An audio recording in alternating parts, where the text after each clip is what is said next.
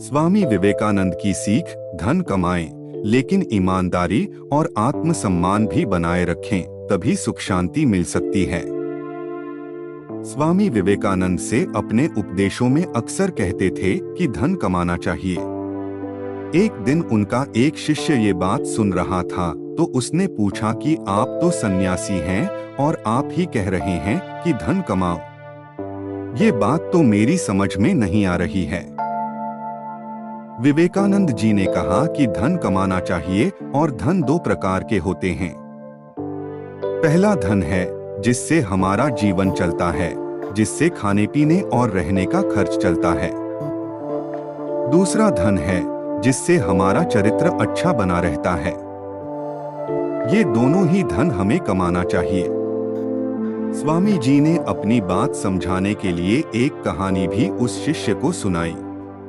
उन्होंने कहा कि एक व्यापारी अपने नौकर के साथ ऊंट खरीदने के लिए गया और उसने एक ऊंट पसंद किया। ऊंट खरीदकर अपने घर ले गया। घर पहुंचकर उस व्यापारी ने ऊंट की पीठ की से गादी हटाई तो वहां एक हीरों से भली थैली मिली। व्यापारी ने हीरे देखे तो वह समझ गया कि ये ऊंट के मालिक के हैं। व्यापारी के नौकर ने हीरे देखे तो वह बहुत खुश हो गया।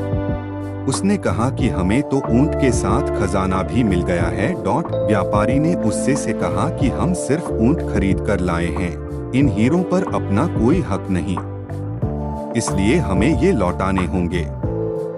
व्यापारी तुरंत हीरों की थैली लेकर ऊंट बेचने वाले के पास पहुंच गया और थैली लौटा दी। ऊंट का व्यापारी अपने ग्राहक की ईमानदारी देखकर बहुत खुश हुआ।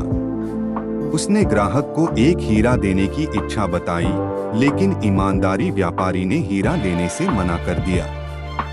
जब हीरों के मालिक ने बार बार हीरा रखने की बात कही तो ऊंट खरीदने वाले ने कहा कि मैंने तो पहले से ही 2 हीरे रख लिए हैं। ये बात सुनते ही हीरों का मालिक गुस्सा हो गया। उसने तुरंत ही थैली के हीरे गिने तो वह पूरे थे। हीरों के मालिक ने कहा कि थैली में हीरे तो पूरे हैं, आपने कौन से 2 हीरे रखे हैं? ऊंट खरीदने वाला व्यापारी बोला कि मैंने ईमानदारी और आत्मसम्मान नाम के 2 हीरे रखे हैं। मेरे पास ये 2 हीरे हैं, इसीलिए आपको पूरे हीरे मिले हैं। प्रसंग की सीख, ये कहानी सुनाने के बाद विवेकानंद जी बोले कि ईमानदारी और आत्मसम्मान भी धन की तरह ही हैं। हमें इन्हें भी बनाए रखना चाहिए, तभी जीवन में सुख शांति मिल सकती है।